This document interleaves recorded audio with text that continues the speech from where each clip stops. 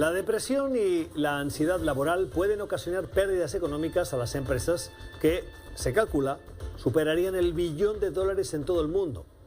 Lo cuantifica la Organización Mundial de la Salud y la Organización Internacional del Trabajo, que alertan sobre los peligros de ser adictos al trabajo, lo que en inglés denominan workaholic, y luego sufrir esas consecuencias.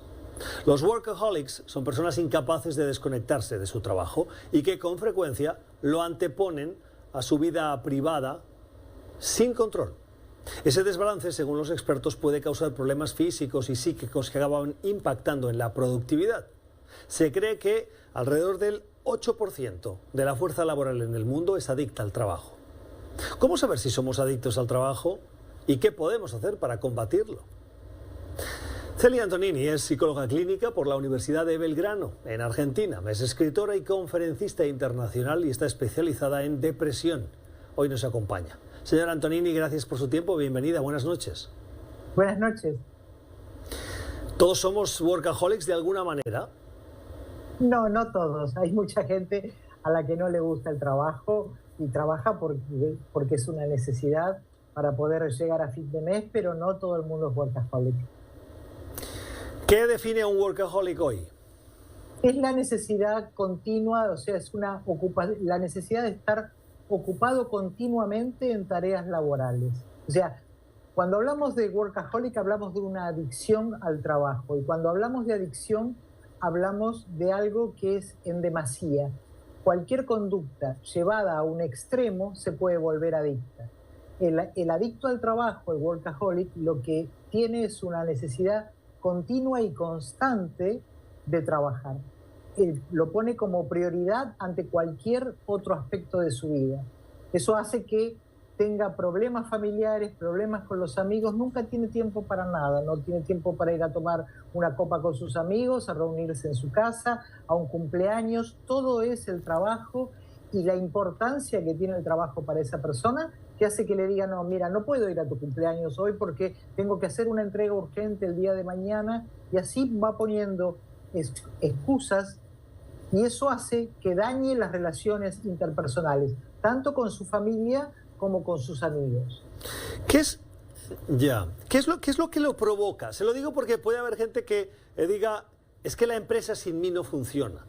O es que yo no me puedo desconectar porque si no las cosas no salen.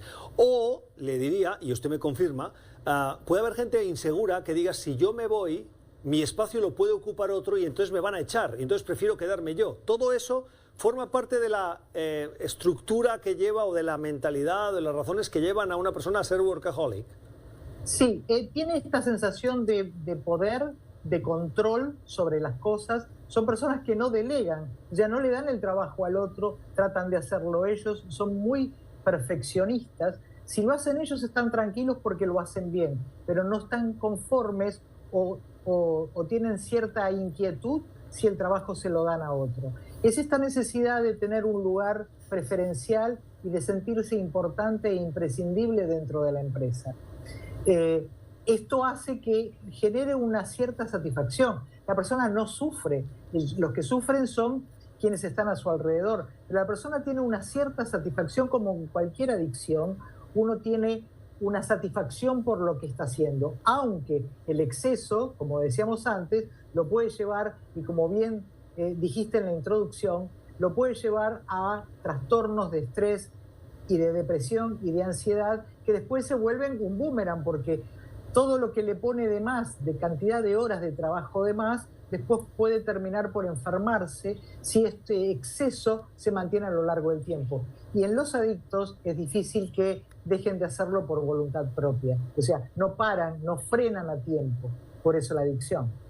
Claro, pero y aquí me parecería muy interesante escuchar a un empresario, hoy no lo tenemos, que supongo que debe estar contento de que haya trabajadores que tengan un celo excesivo por estar en la oficina, por trabajar, por entregar el informe, el reporte de gastos, el resumen mensual, por ser perfeccionistas.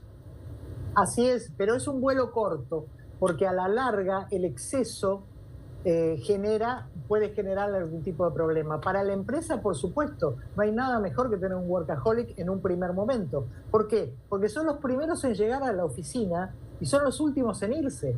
Claro. Llegan 2 horas antes del horario. Yo tenía un paciente que empezaban a las 8 y él estaba a las 6 de la mañana en la oficina. Y se iba a las 10 de la noche. Entonces, para la empresa eso es fantástico en un primer momento.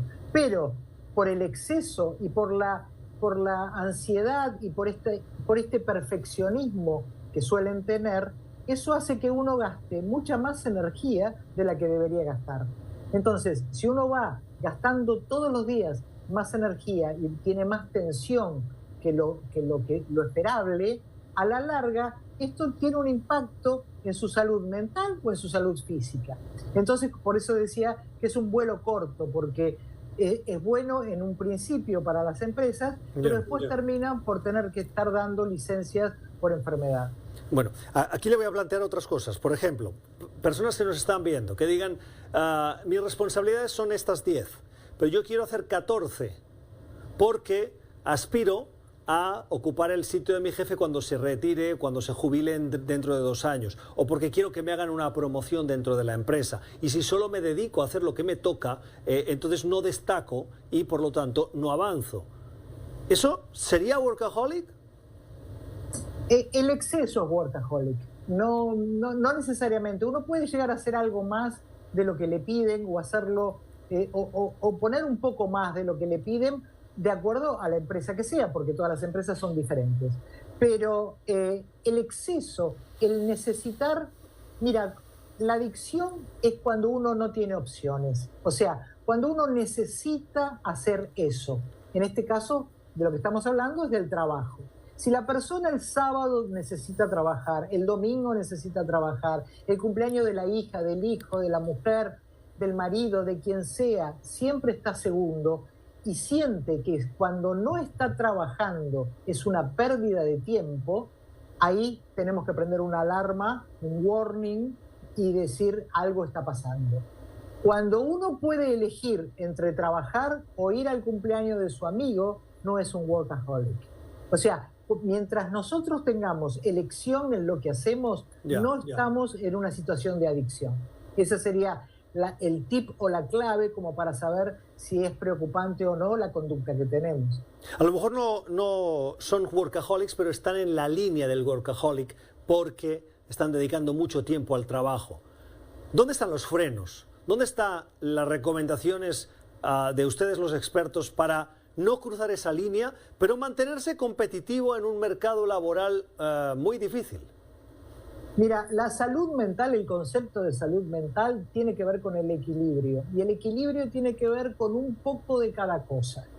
O sea, una persona necesita alimentarse bien, dormir, trabajar, realizarse y desarrollarse profesionalmente a través del trabajo, en algunos casos estudiar, tener una familia, tener amigos y divertirse. Cuando uno tiene un poco de todo, eso es un equilibrio y eso genera un bienestar emocional. Cuando uno tiene un exceso de algo, sea de comida, de bebida, de trabajo, de falta de descanso, eso es el punto en que nosotros los profesionales decimos, te estás pasando de la línea, y a partir de pasarse de la línea, uno empieza con otro tipo, un sistema de recompensa del cerebro, un sistema de recompensa que lleva a la adicción. O sea, empieza ese exceso a generar una adicción.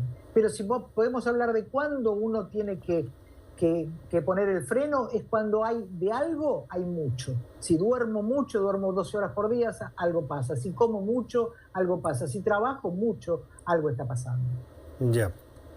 Bueno, entonces termino con las recomendaciones que usted le dice, porque una cosa es que alguien nos describa, pero cuando acabe esta entrevista, la persona que está trabajando va a continuar trabajando, la que se levantará a las 6 para estar a las 6:30, cuando tiene que estar a las 9 lo continuará haciendo. ¿Qué es lo primero que recomienda usted para ir poniendo esos pasos y revertir una posible tendencia hacia la obsesión por el trabajo?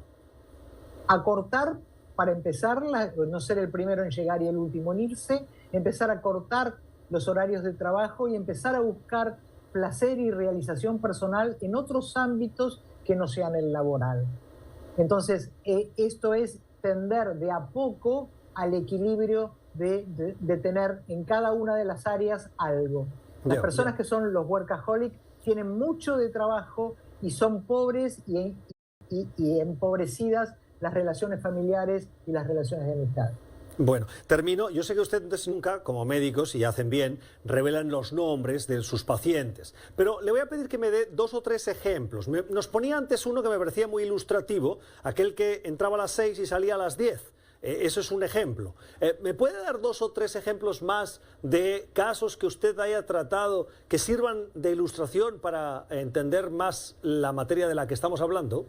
Sí, por supuesto. Por ejemplo, el reclamo de una mujer a su marido, a su esposo, porque nunca tiene tiempo para nada. O sea, si los chicos van a ir a jugar al fútbol, al hockey, al béisbol, no los acompaña. O sea, van dejando las relaciones personales y van diciendo que no a cualquier actividad. Entonces, no acompañan a sus hijos con las tareas escolares, no los acompañan para fin de año, no los acompañan y no acompañan a sus esposas. O sea, van en detrimento de la relación familiar. Eso es uno de los tips que más los workaholics dañan. O sea, la situación familiar es la que más impacta rápidamente. Cualquiera que esté escuchando y viéndonos en este momento y que tenga un marido o una esposa que haga esto, que siempre las relaciones familiares están en segundo plano, son un tema como para tener en cuenta y ver que algo está pasando. El trabajo nunca puede estar como algo que siempre está en primer plano. Estará en algún momento que es como cuello de botella. O sea, en alguna situación puntual uno puede tener una carga laboral de horas mucho más importante. Pero en realidad, si no baja la cantidad de horas y no pone a su familia o a sus relaciones o a su vida como primera en algún momento, esto es algo como para tener en cuenta. Estelia Antonini es psicóloga clínica y conferencista internacional sobre la adicción al trabajo, con esos consejos que nos van bien. Doctora, gracias por su tiempo. Feliz noche. Feliz noche para ustedes también. Gracias, Gustavo.